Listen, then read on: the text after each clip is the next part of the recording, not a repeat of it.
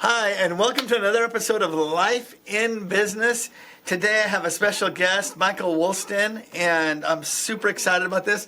Welcome to our first airing in the new studio. We're so happy to be here, and I'm super excited to talk with you. Let's just go right in. I love it.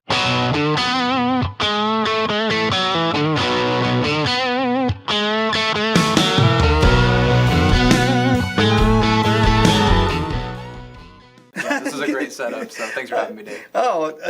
So just kind of quickly, because there's some stuff that I really want to get to that's what I consider your expertise and your specialty. But just starting off your adult career or whatever, you were with Starbucks for how long were you with Starbucks? I was with them for 4 years. What did you do with Starbucks? Can I jump back just a little bit? Oh, yeah, Is that okay? no. I won't go too intense. I always like describing my first job. My first job was at a rental yard.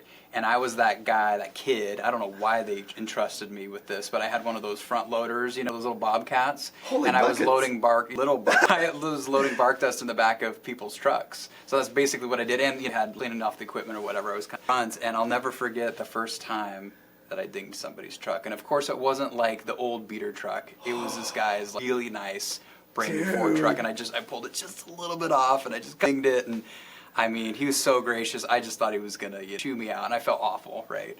But anyway, so that was kind of introductory into the business world, or into my first career was working at the rental yard. And you work a lot of, I don't know if you've worked manual jobs, right? Well, manual labor, and you learn a lot. When you're talking about that, I just quickly remembered I worked for this, I don't know what they were, Landworks company or power, they did earth moving and shaping. Mm-hmm. And what I had to do was, this sounds easy, but there was this circle where I had to ride this steamroller around the circle, and it was like all of the circle except for like 10 feet, and just ride it back and forth for hours. And I was so bored, and I got so tired, I dozed off right when I got to the edge, and I started slipping down into the gully, and I woke up as I was sliding down, and it was a slow slide, but I tried to switch directions, and there was nothing I could do, and I had to climb off of it and go tell my bosses, hey, I drove this steamroller down into the ditch. And that was just, when you're young and it's your new job or whatever, it's kind of nerve-wracking and it's a little devastating. Exactly. Well, now you remind me of it. So the second job after that, I worked at an airport. Because I actually, out of high school, got my pilot's license. So I was graduating. There was this scholarship. I did not know that. There was a scholarship. What the heck? There's only 2 of us in our county. It was a really cool program. So I'm working there, finishing up high school. I'm working at the airport part-time, and then I'm flying part-time, right? And so my boss at the time was like, hey, there's all these weeds. I grew up in the Oregon, Portland area. And he's like, hey, take one of those propane tanks with a little fire thing on the end. You just burn out these weeds. I don't know if you've ever done this, right? But you could do this fire torch, basically. I've seen it done. The first time and the last time, well, there's a good reason. The first time and the last time I ever did that was I was doing it on these spots in the lawn, and then I'm like, hey, there's some other spots over here by this field. I'll just go ahead and I torched that field. It was a neighbor's field. And literally, I'm not kidding you, acres are on fire, right? Because I just got a little bit too close and it just torched the whole thing. We're talking September, and thank goodness there was no animals on there.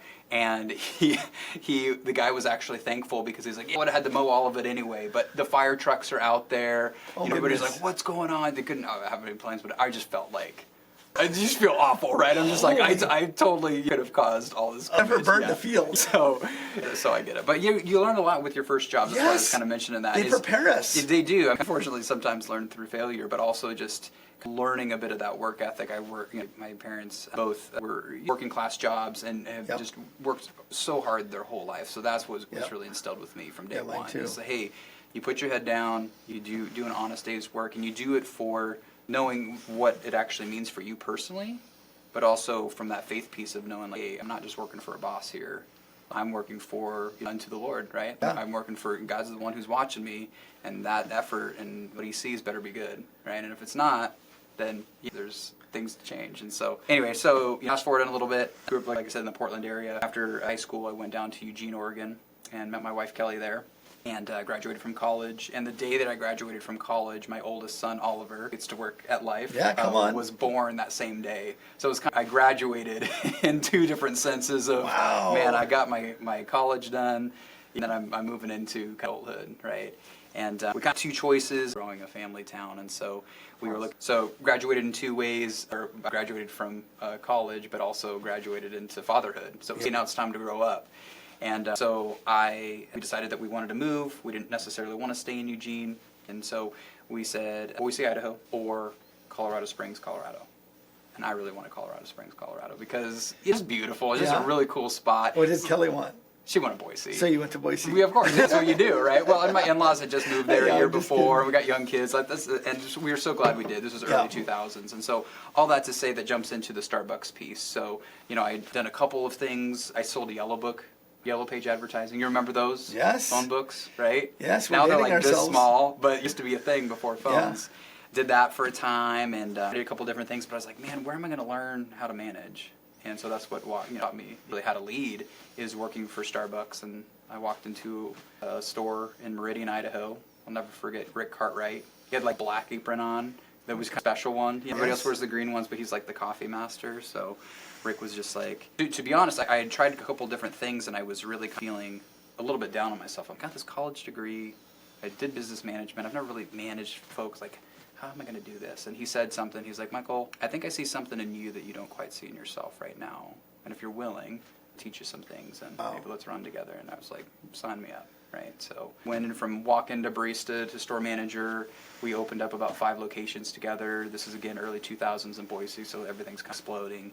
Just learned so much about how to hire the right people, how to train people right, how to manage them, how to lead, and had all these different systems. And it was amazing. It was a really, really formative time for me. Obviously, it sounds like a huge learning time. Oh, yeah. Yeah, because there's a difference, as you know, between school knowledge and book knowledge and practical knowledge, right? And I've learned so much through failure and hard knocks, whether it's dinging people's trucks and starting fires, or trying to put out fires when it comes to managing and leading people, and knowing kind of, how to do that right, how to do that effectively, how to do that with both the head and the heart. Right? Because I think a lot of times it's easy to do things with book knowledge, but it's like, man, you got people involved. So you have to consider that as well. So how did you transition from Starbucks to ICO? What happened there? Yeah, great question. So I was at Starbucks, had a great run, really enjoyed what I was doing, and so I was there for that 4-year time frame. And then I got this pull. I don't know if you're this way. I do know you, so I know that you have the same pull where sometimes God shows you something and you kind of are like, should I do that? Should I not? Some fear and trepidation, but I just felt like it was time for me to up level a little bit more. I had minored in finance, but like I mentioned to you, my family, amazing family that worked really hard, but socioeconomically would never really kind of, it was more of a struggle. Mm-hmm. And so financial piece and budgeting, all that kind of stuff, I didn't really know a whole lot. And it'd be really cool to work for a place where I could learn how to do that, but I could also teach other people how to do that too, and maybe even manage that. So I was a member at the time, again in Boise, and this was early 2008, right before the crash. I moved into a financial institution right before the mission, so that was fun. I did the same thing. That's right. And so I moved into a role as a leader, as a branch manager in Meridian, Idaho, for Idaho Central Credit Union. And at the time they said, Michael, we know you to treat people well, we know you culture piece, you management piece, we'll teach you the financial piece, right? We'll teach you the regulations and all that stuff. And I'm in my early 20s, so I basically have everything figured out. And I'm like, I'm going to rock this, right? And I followed that mantra that I'm sure you've heard many times, which is fake it until you make it. Yeah, come on. And it was really stupid. I think that's really stupid advice, actually. I think it doesn't ever work. I've never seen it work, at least not for me. And that's what I tried to do. And I really struggled with the banking terminology and how to be in compliance and all these different things. And so I kept not asking for help, and I was relying on all the cool stuff that I did with Starbucks, and kind of like, how you have former glory, or you have something good from before.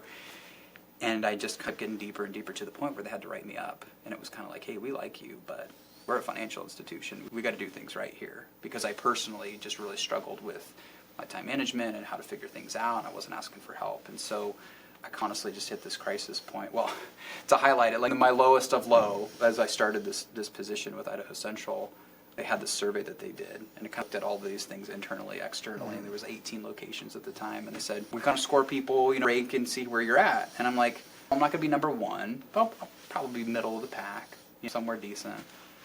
I am dead last on this report, right? And this is the time where I'm like, should I even be here, right? So I pick up the phone and I call my leader at the time, Greg Reed, who I'll never forget. Greg was a great mentor, and I pick up the phone and I say, Greg, I think I know what the problem is. I think I finally have it figured out. Somebody screwed up on this report. I don't want to get anybody in trouble, right? I don't want to throw anybody under the bus, but somebody's messed up with the data. And he said something I'll never forget. He said, Michael, maybe the leadership and the service that you think you're providing isn't what people are actually experiencing. Wow. And I wish that I could have told you that. I'm like, oh my gosh, Greg, that's so profound. Thank you so much. But I was just so mad in the moment that I was like, I think I mumbled something like, oh, thanks, Greg, appreciate that. I just kind of hung up the phone. I just kind of stewed on it. And you've had those seasons in your life, right, where it just seems like nothing can go right. You just feel like you keep getting kicked down and all that kind of stuff. And a lot of it, all of it for me was pretty self-induced. But I didn't sleep for probably 3 or 4 nights. And I had just what I could call God moment, where it was like, look, if you're the problem, part of the problem, but if you're the problem, that means that I could also be part of the solution. And maybe instead of faking it and not being transparent, not being real with people, and trying to go through the motions and focus on perception and all this different stuff, I could just be real honest with myself, number one. Number two, with everybody else, start asking for help. Start getting things figured out. So then I started listening to Kelly, my wife, who was telling me some things that I needed to fix and work on. Our spouses are the best truth tellers, whether we like it or not, right? Sometimes you don't like it. A lot of times I don't, but it's good medicine. Started listening to Greg, who had a lot of good things to say. Started listening to my team. Started listening to my members. Started consuming as much material as I could. Any podcast and book on leadership or anything that way, especially if it was focused on true servant leadership. And I just decided, look, I don't have anything else to lose. They're already going to fire me anyway. If it keeps going this way, I'm going to be out. Right. What do I have to lose? So then I just had a lot more freedom, and we just started kicking butt. It flipped. It almost felt like it was overnight, even though it wasn't. It was kind of like all these things were building. And then in the course of 3 months, I went from worst to first in the entire credit union. Wow. Out of those 18 locations. I had lost some really good people before that. And I came to my team and I said, look, guys, I've been screwing up. I haven't been seeing things right. I don't know if you guys have noticed it. They're like, we've noticed. They felt it. We think we're hiding stuff. Oh, my God. And the people around us are like, you're not hiding things very well. Yeah, there's a book called Leadership and the Art of Self-Deception, which is a great book, and it touches on that of like, we think we're so good at hiding these things, right? Or, oh, nobody sees all these things. But they do. And they had a lot of grace for me, which is amazing. But then I started getting phone calls of like, what are you doing over there? How'd you guys hit those numbers? Wait, what's happening this way, right? And it just was like, wait a second, I'm hitting on something good here. And so then we started building on that, and I got to lead there at that branch, which really became the flagship branch for 3 years. And then which shows the testament of a great company, Idaho Central, from going from that place, they took me and said, hey, we want to make you vice president over our branches. We want to take what you've done here and make this help be a model to do with other leaders and other teams. So then I just traveled throughout the whole state. In the Treasure Valley, Idaho, real well, but Twin Falls and East Idaho and Coeur d'Alene, years ago, and helped open up this market. So for that 14 years, I helped open about 20 different locations and apartments. So I had a lot of windshield time, a lot of new locations, but it was kind of fun to say, man, what always works? I can move to a whole different part of the state. I can have a whole different geography. But what always works here when it comes to building teams, right? What kind of culture do I need to have? Who are the kind of people I need to hire? And some of that I pulled from Starbucks because I had some good experiences. Mm-hmm. But then once I really focused on building the systems from what I needed to be a lot more consistent, and what I found was, for me, what was causing a lot of issues is I was just really distracted. If you're trying to talk to somebody, but you're trying to do this at the same time, like I talk to members, but then I'm trying to for lunch schedule, or I'm talking to you, but I'm actually instant messaging somebody else. I found that my big disconnect was that. And so people just didn't, number one, I didn't do a great job, but I just didn't feel valued, and then I couldn't keep on some of the compliance pieces to do what I should have been doing. Yeah. And so, anyway, I had an amazing run with them. That time frame, really got to see a lot, all of the states, different locations, and just got to learn what it meant to, my leadership during that time as well. And that's, from the outside looking in, I'm sure people would look at you and say, oh my goodness, you've got a very successful career with a great company, and everything's going like, oh my goodness, Right, and what's interesting is probably people looking from the outside see the success and they don't see the, years or 3 years or however long it was of trying to figure things out. And I think it's good on you, because I think that a lot of people go through their entire lifetime with, oh, there must be a problem with storing the data, and it never changes. 7 years old and people telling you the same thing for 7 years, and people are just wrong. Right. They or just jump from thing to thing, right? Yes. Yeah. They just don't understand. I had that moment where I'm like, okay, I get quit, because I thought about that, because it's embarrassing, right? Oh, yeah. To not form or to struggle. I'm like, I could jump to something else, but I'm probably just going to repeat the same thing here. I got to get figured out here, or at least give it a shot. Yeah. And had, again, some amazing support through my wife and others who cared about me enough to kind of tell the truth. But I think, to your point, it really comes down to the greatest leadership that I think we can do is, number one, I honor the commitments that I make to myself, and secondly, honoring those commitments that I make to others, order. Yeah. And so for me, first, it was, hey, kind of all the way back to what I was doing in the rental yard, or learning how to, some of that hard work is, man, I got to be honest about what I'm doing well, what I'm not doing well. And if I can learn from this, then maybe that could mean better things for me, and it do everything up in such a great way. And so I like to share that story. A lot of times I'll share that with folks, or I've shared it in different places, because I think, unfortunately, when it comes to leadership, or when it comes to owning a business, or when it comes to any of those things, and he is great at telling us all the amazing things that people have done, and almost like nobody's ever struggling with stuff behind the curtain, or the real stories of not as easy as most people think. And I think to really hit those levels that you want to hit, you have to be able to go through some of those growing pains too. Yeah, it's a lot of times it's not at least you hear some stories where people, well, I invented this widget and then I sold 10 million of them and now I'm like, what, but I think for probably the other 99% of people, it's not successes, it's how many times you can get up from the failures. Absolutely. I think, because boy, and if you're learning something from the failures. Going forward, how did you decide? And this is this idea of this podcast in my mind is, what prompts people to leave something so secure? I know you have three kids. They're not children. They're men. Yeah. Leave the security of the constant paycheck, the benefits, the company cars, the whatever it is, and I'm gonna go into the unknown. Like, can you tell me about that? Like, how that came about? Yeah, no, I'm glad you're asking. I love this story because I think there's some folks, like you mentioned, who go into entrepreneurship. Maybe they're built for that, or just as a young age that that's what they do, right? And I respect that. And I because that wasn't my story. I was always working for someone else, right? Yeah. And really what led me to it was my wife, who, started, just gently nudging, hey, what if you did with other businesses, right? You've been doing it here, for now, intro for this time, you did it with Starbucks. What if with other folks? And my first response, the first thing I said out of my mouth was, that's a really bad idea. Yeah. That's a really bad idea. Because I was really comfortable. Yeah. I'm like, man, this out. Like, things are going good here. I'm great. A lot of times people will leave for good reasons, leave a company because, maybe they're not treated right, or they want more opportunity, or whatever it was, right? I was happy. And honestly, a lot of people who knew me in the community, and even knew me, through work, were like, what are you doing? Like, what? Why? This? But what was interesting is, as I got closer and closer to kind of making that more and more I guess, for lack of a better word, because I was like, oh wow, the stakes are really high here. Like you said, there's all this security. And I wrestled with that for probably a good 6 months before I ever said, this is actually want to be serious and move in. And again, I think this in so many different ways. I had a very, very vivid dream of what I needed to be doing in this next phase. And for me, it actually came down to, I only have a certain amount of time left with my boys at home. Yeah. Right. So at that point, right now they're 20, 18, and 13, my 3 teenage boys. And, I with them, but I was also traveling quite a bit with what I was doing at Idaho Central. And so having that opportunity to kind of build my schedule a little bit, impact them in some different ways, and honestly to show them that this is something they could do too, if they chose to. Yeah. Right?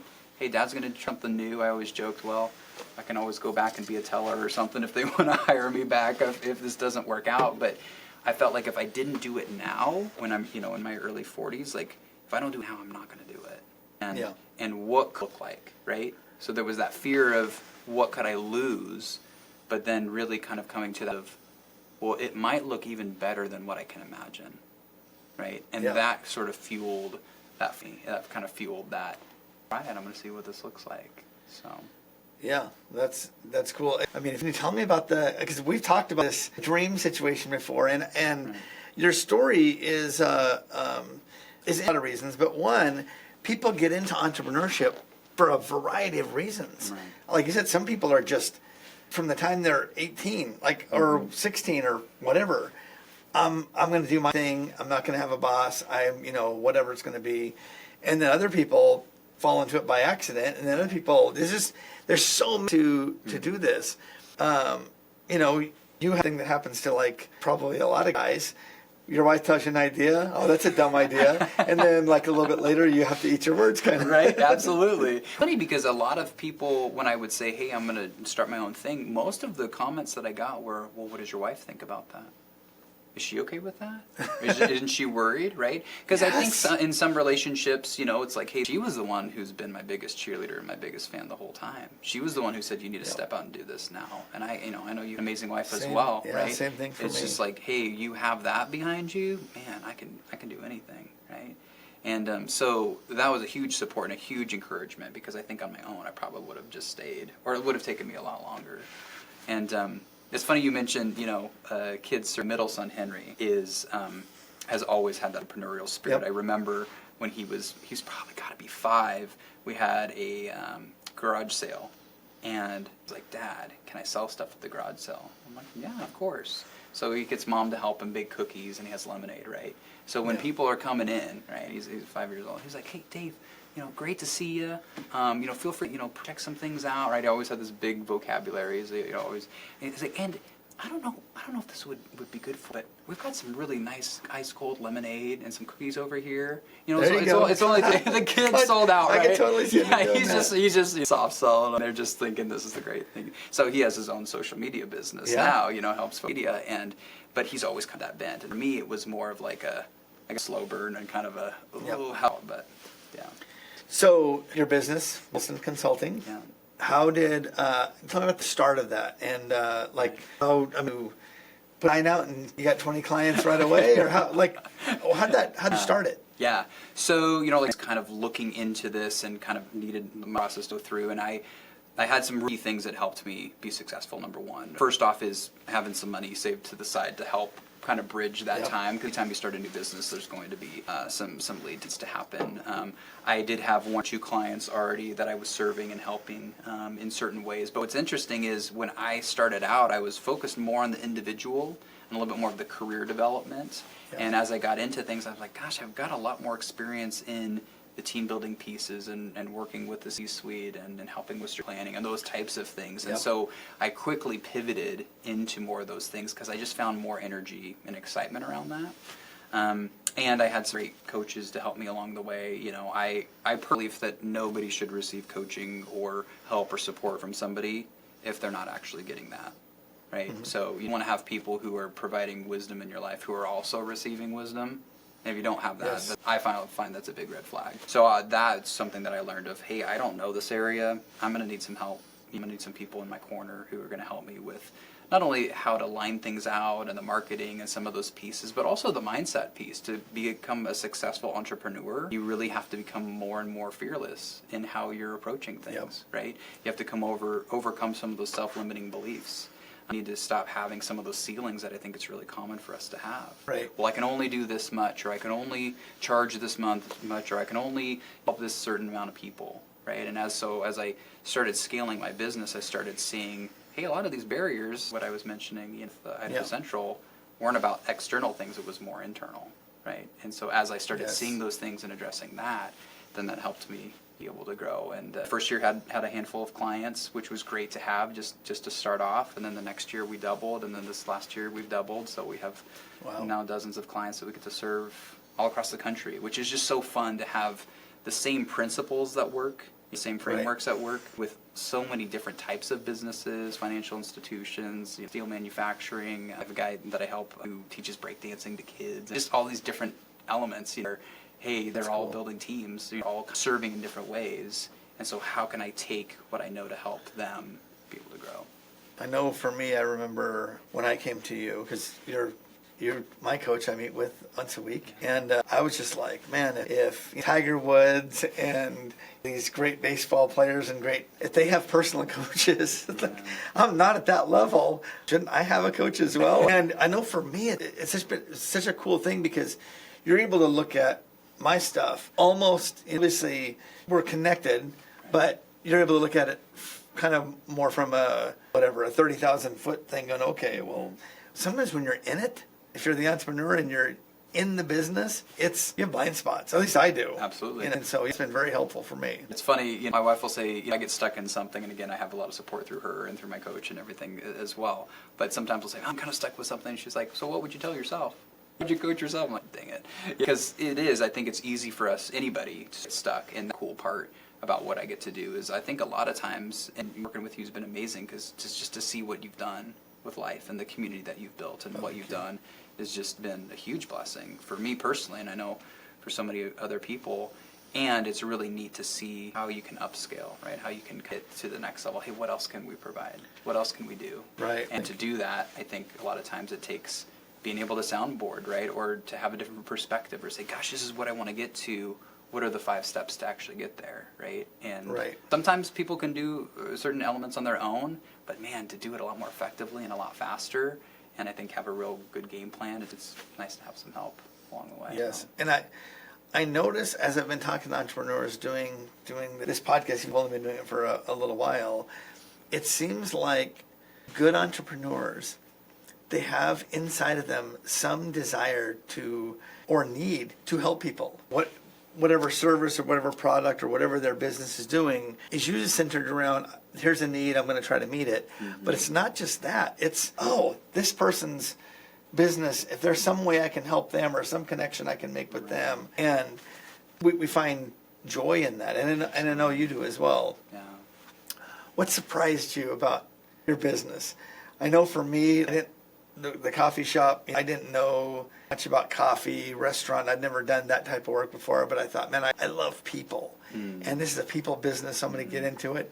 Man, the social media, being an HR person, being an attorney, being a bookkeeper, being a CPA, being, all that sometimes is overwhelming. Because I'm like, I just want to be a cool place for people to connect, but there's a lot of stuff that goes into that. What's been most surprising for you? Yeah, that's a great question. I think surprising on the entrepreneurial front is how powerful it is to align yourself with people who are way better at things than I am. Oh, yeah, that's good. Because when you first start out, especially if you're strapped for cash and you only have so many resources, you're like, well, I just got to take it all on. And then I work with a lot of entrepreneurs who still have that mindset 5 years later. 10 years later, you're doing things that they hate. They're doing things that take a bunch of their time, right, and doing all that. So being surprised by how freeing it is to be like, oh, here's somebody who manages my social media. Oh, wow, if I have an assistant who's helping me, Faith is my assistant, she's amazing, helps me 20 hours a week. What does that mean for me? How can I even be more effective? My wife helps me with different elements. You have my family helping me with different pieces, and it's so helpful. And I think I didn't realize that, surprised me once I had that person in place and that trust in place, how much more I could do to serve and actually be more in my element, because I love doing stuff like this, and I love being in front of people and being able to connect with them and serving my clients. I don't love the administrative piece. As you can tell from my story, back end piece and me working on a bunch of accounting stuff, I've got a great CPA who helps me with all that stuff. So it's been worth it. It's a financial expense, but seeing the direct benefit of how much it's helped me in my business and my time and my energy and my flow and all that, it's been awesome. That's cool. You mentioned earlier Kelly helping you and Henry helping you and Oliver helping you, your whole family pitching in. And that's something that's kind of cool about being an entrepreneur, having your own business. I think all of my kids and my wife have worked in my business and at one time or another. I've got a couple of, 2 of my daughters are working for me on a part-time basis right now as they're doing other things. But it's selfishly, it's kind of cool Oh, to have I your totally kids around. agree. I think it's cool. I don't know if you feel the same way. I think it's really neat to have a different dynamic in your relationship. Like there's something about just There hanging is. out and being at home and that kind of thing. But you're all working together on a project, or you're working on something that Yes. might be kind of stressful, right? Or whatever it is, and you're serving together. It sometimes creates some friction that maybe wasn't there. Because it's, man, there's pressure now. And so how do we work through that? How do we get closer together? I think a lot of times it can either break families apart and be kind of an issue, or it can bring you closer together. And I've really enjoyed that portion of it too. So It's kind of crazy. You brought Bailey in. He actually set this setup for me. I know you And did. so it's her thing. He's very aesthetically good at designing stuff and putting stuff together. But it's weird as when I look at her, part of me wants to say, there's my little girl that I held in my arms a week ago that was a baby, and now she's the adult that I'm looking to for advice on what things should go where, and hey, this is your thing, you fix it. And so it does, the dynamics that changes, or sometimes going to your kids for advice. Oh, how do I do this? How do I fix this? especially technology. I take my phone regularly and say, how do I do this? Can just, and then they'll try to tell me, and I'm like, can you just do it for me? Could you just do that, set it up? We had something like that. I think it was Starlink. You get the box and whatever. We're a little bit further out of the town, and I just look at my oldest and my youngest, because they're both the techies. I'm like, would you guys mind setting this up? Of course, they were excited to do it because it's something cool and techie. And I just said to myself, this would have taken me like 3 hours. And for them, I think it took them like 10 minutes. There's, oh yeah, we got it up and running for you, Dad. I definitely have used Oliver numerous times when I have a technical issue, because I'm going to have to watch a YouTube video that's going to force me to get technical to watch. And then I only have one computer, so I can't work on my computer while I'm watching the YouTube video. Exactly. So it's kind of crazy. But that is something that I've really enjoyed about being an entrepreneur and having my own business is when I worked for somebody, it's not like I can just bring my kids. I was in financial services, and it's not like I can be looking at someone's retirement and say, hey, I want to see what my daughter thinks about this. Right. They're like, running around in the background. Forget that. Exactly. So now you get to work with a lot of businesses. Right. And what do you see as the biggest problem or the biggest obstacle facing entrepreneurs or business owners in your experience?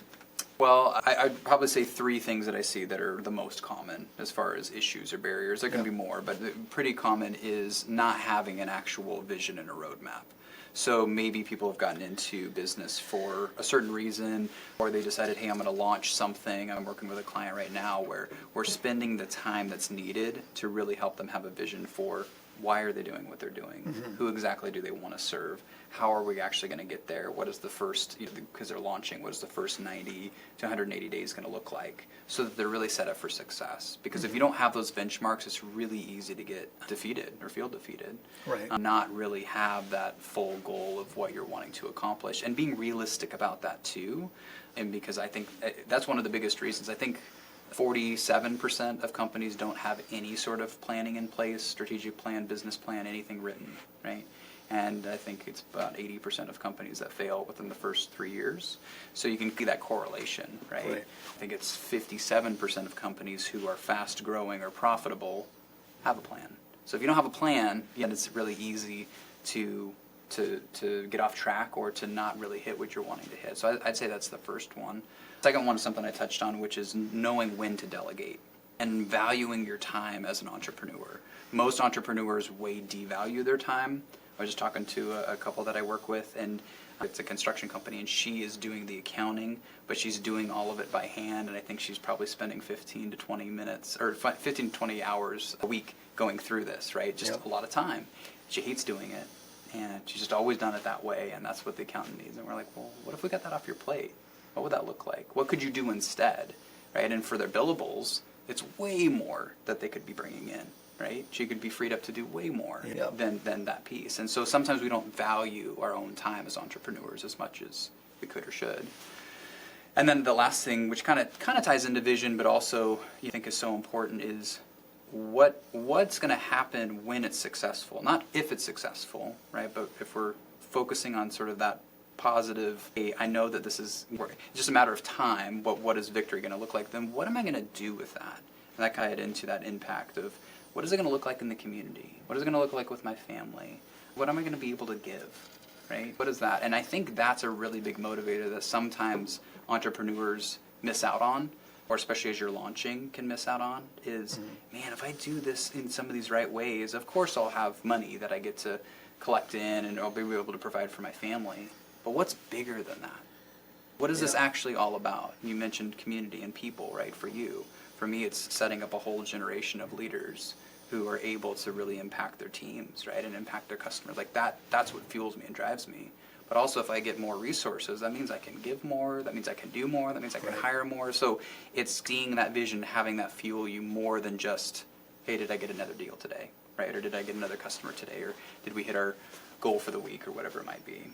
So that's great. I know for me, the whole valuing my time, I know that's something I struggle with because I'll have trouble delegating things because my mind instantly goes to, well, if I don't do it, I'm going to have to pay to have it done.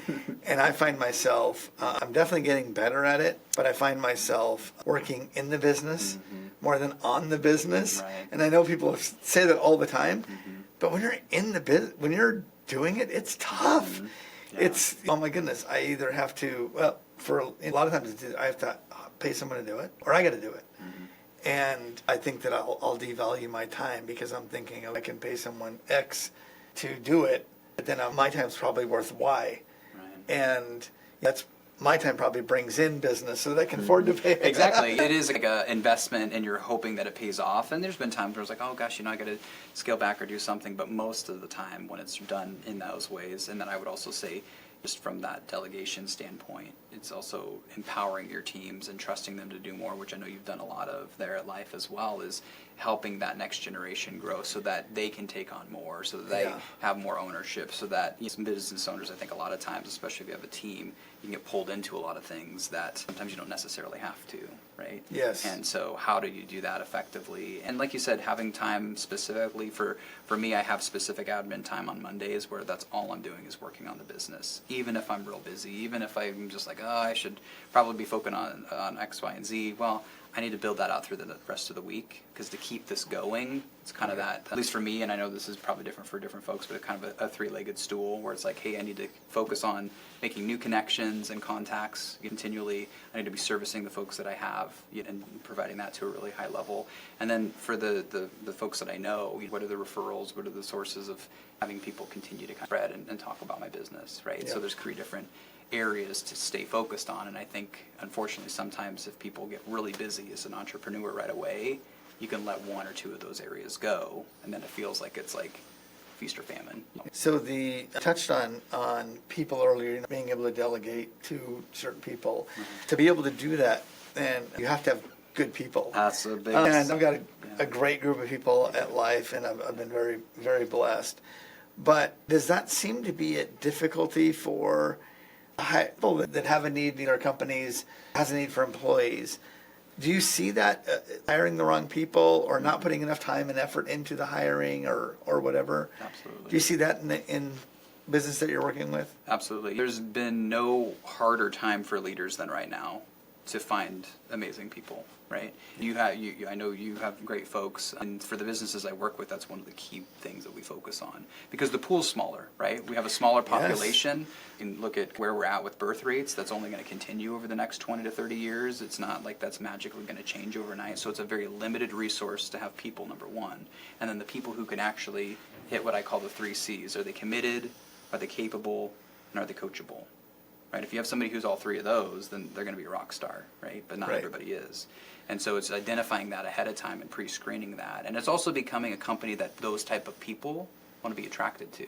Because those are the people who are going to spend time looking on Facebook, looking on Glassdoor, looking on Indeed and LinkedIn and all the different things to see who you are and see what kind of business you are, right? And those are the kind of people that you want to attract. And then also, to your point, sometimes it's like, man, we just need somebody. We just need a warm body. Let's just get them in here. Yes. And then it never works out because there's no filter to really get the best. And what you'll find is that, and I know this as well and working in different places, if you start bringing in those kind of folks, the good ones are going to leave. bad ones are going to stay. So a lot of times I'll work with businesses specifically on that. Is what's your talent attraction strategy? You're focusing on new customers, right? Or you're focusing on new business. That's really important. How are we going to attract great people, right? Who's going to be that next person that you bring in? Who's going to change everything? Who's going to be the person that people talk about when they come in, right? And, and I know you've done that. I had somebody mention that, I think, just the other day, where Gabe, one of your newer guys, I'm sorry, Gabe is his dad, right? Gabe is his dad. Thank you. I never made that mistake. Yeah. A great kid, really personable, will ask you some questions like, did you want a little bit of extra ice in there? You know, those little extra steps. It is. Right? And just the little questions here and there that show care. Oh, hey, you're sitting over there, I'll go ahead and bring that out to you. Then people feel welcome, right? And so when you have somebody amazing like that, then it really cuts everybody else up, and there's more expectation that's higher. And when you have folks who aren't, it can lower bar for everybody too. So.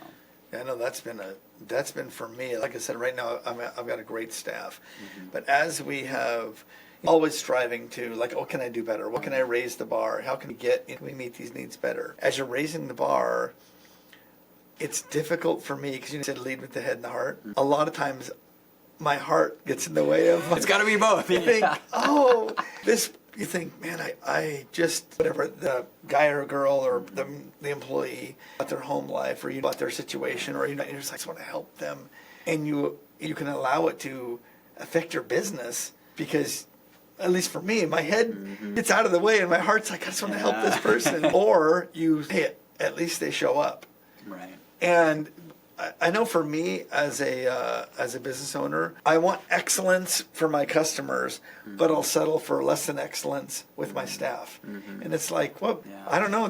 I'm learning that right now. Absolutely, and it's really common, especially with those who are millennial and younger, right? Because there's this narrative that they don't want to work and they're lazy and they don't really care and whatever and those types of things.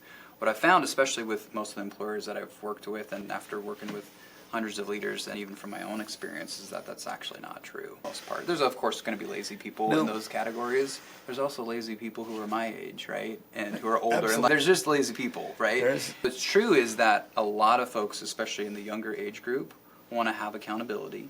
They want to know what they're doing. They want to know what sort of impact it has, right, within society in general. Absolutely. They're not going to just put their head down and work and just collect a paycheck like our grandparents did, which was a great attribute. They have to understand more of it, and they have to be part of the ownership process at the very beginning, right? They have to know what sort of role they have within the company. And to the greater degree that happens, the better results that you get, for sure. But also, I think it just really ties into what you were talking about earlier of how do we have people who are connected with their head and the heart. And when I say that, that's bringing them into a place where they're being challenged to up-level. They're challenged to be the best version of themselves. And that work is just one representation of that, right? And so we give them, kind of like I'm sure you've had great coaches and mentors and teachers and people along the way, right? The best ones that I can remember were not easy on me. They didn't just let me do whatever I wanted. But they weren't jerks either, right? They had that good tension of like, oh, dude, I don't want to screw this up. I don't want to mess this up with them, right? I can remember Mr. Mig in 10th grade, American history.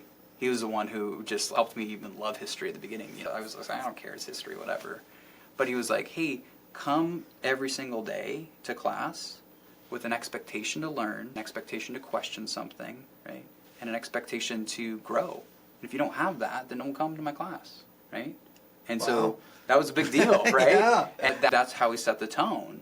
And people respected that because it was like, man, Mr. Mig knows his stuff. And so I think there's that authority piece that can come into play to say, hey, this is what we're trying to do for our customers, is the vision of what we have, and I'm going to bring out the best in you.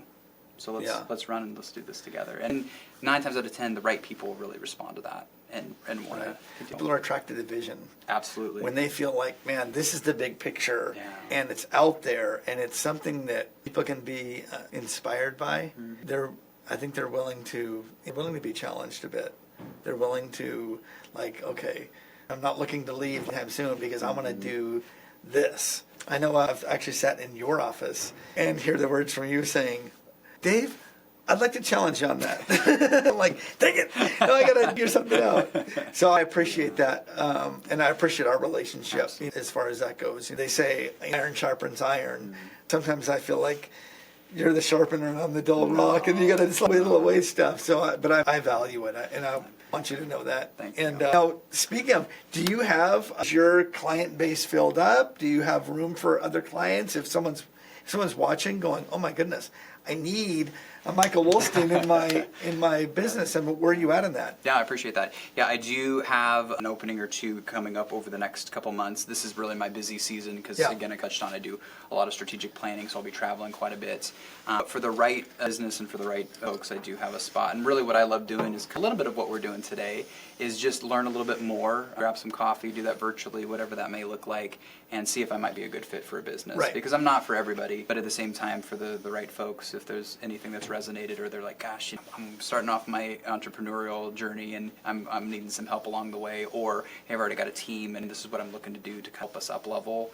I love being able to connect and see what fits. So perfect. And as we wrap this up, the thing I ask, I try to ask everybody that I talk with over your years, regardless if it's the first jobs or the jobs you're doing now or whatever's happened, is there, and again, regardless of if they're making widgets or they're providing a service or whatever they're doing, is there one piece of advice you would say, and if I could give one thing, this is what it would be?